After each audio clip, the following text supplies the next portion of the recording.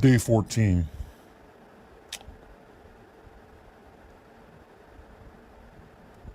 You can't say love. So, one of the things that I have noticed in my life and the different relationships I've had is they follow a particular cycle. The cycle they particularly follow is that when I meet them, they're very enamored by me because I'm a pretty magnetic personality.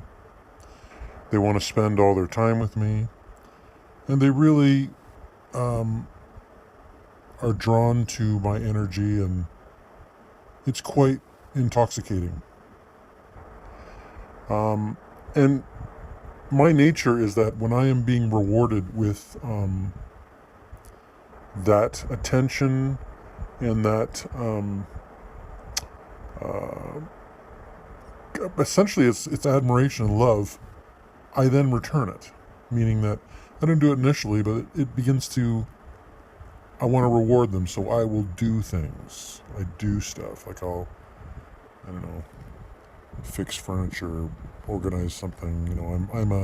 My Briggs profile is ENTP, the visionary, so I can see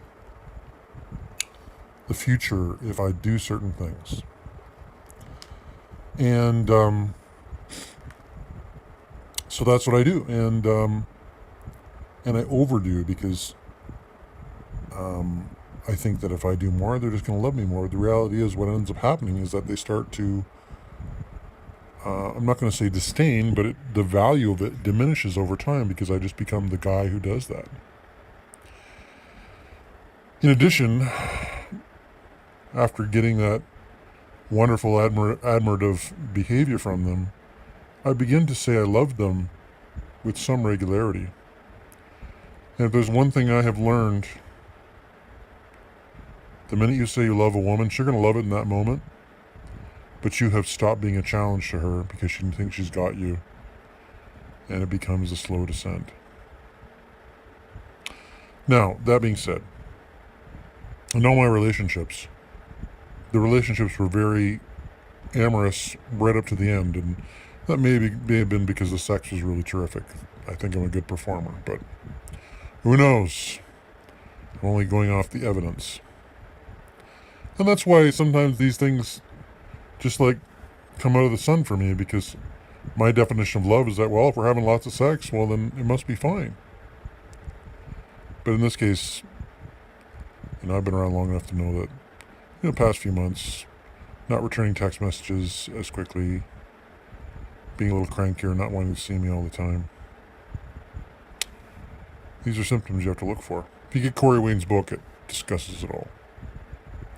Just go to Coach Corey Wayne. You can get his book you can pay for it or get it for free.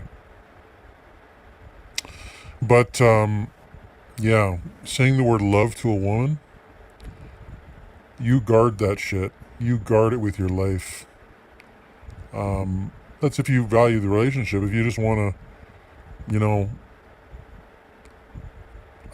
have that short-term thing where it's really intense, great. So it will be really intense because she'll feel that love for you for a short period of time. But then it will start to drop off. And it's a drag. It's sad, really, at the end of the day. But I was out and about today, and I was just, you get to a point when you're thinking about the relationship and you think, wow, I put all of myself into this relationship, countless hours, countless time, freely, of course. But even when you give freely, if people just disregard, you think about when you give charity to people in the street, if they take your charity and then they squander it, or you feel they're going to squander it, you're less likely to give it. In this particular case, I've given and given and given to this relationship, and ultimately she's decided to eject because of her female nature. These things don't matter at the end of the day. Things that would matter very much to me don't matter to her at all. She'll enjoy the things I've done for her, and she's continued to enjoy them even now because, I left a house full of good stuff for her. It's a drag.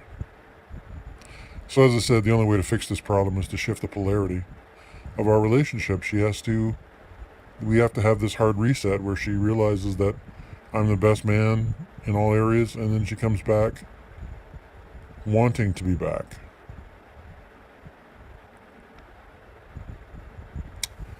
And, I have to be confident that that's indeed going to happen. So once again,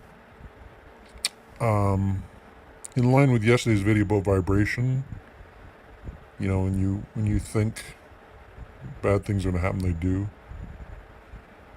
At the same time, just even the way you conduct yourself, for the same reason you wouldn't walk up to a cop and start insulting him, because then he's going to go through your wallet and look for something to charge you with. In regard to a woman, you have to maintain that frame.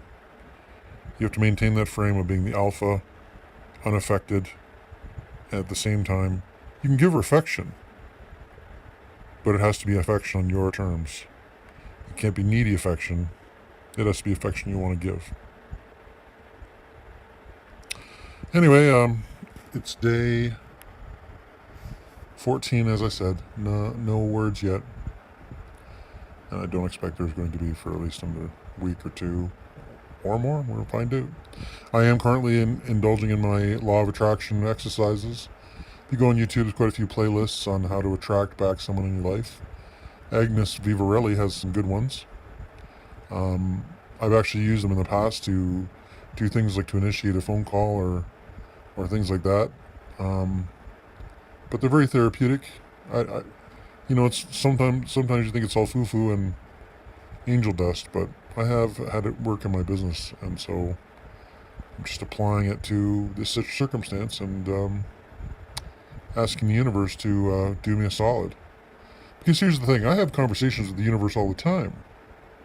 I say, listen, I'm a good man. I have contributed to this relationship. I've contributed to, in my life, I'm pretty charitable. And I don't want it to be this tit-for-tat situation, but when you plant a field with a crop, it's reasonable to expect a harvest. Now, again, in regard to a woman, as Paul said, it's better for a man not to marry. It's Paul in the Bible. And maybe it's because they realize you can sow your grain in the field of the woman, and it has to be sown in the right way in order to get it to flourish. And that's where I failed a little bit, is I put a little too much fertilizer on this field, and so the crop is a little sparse right now. But the best thing is the rain will come. This is the rain. Wash away some of that fertilizer, and then the field can, come to life. So that's what I'm doing. Anyway, thanks for listening, guys, and there'll be another one tomorrow.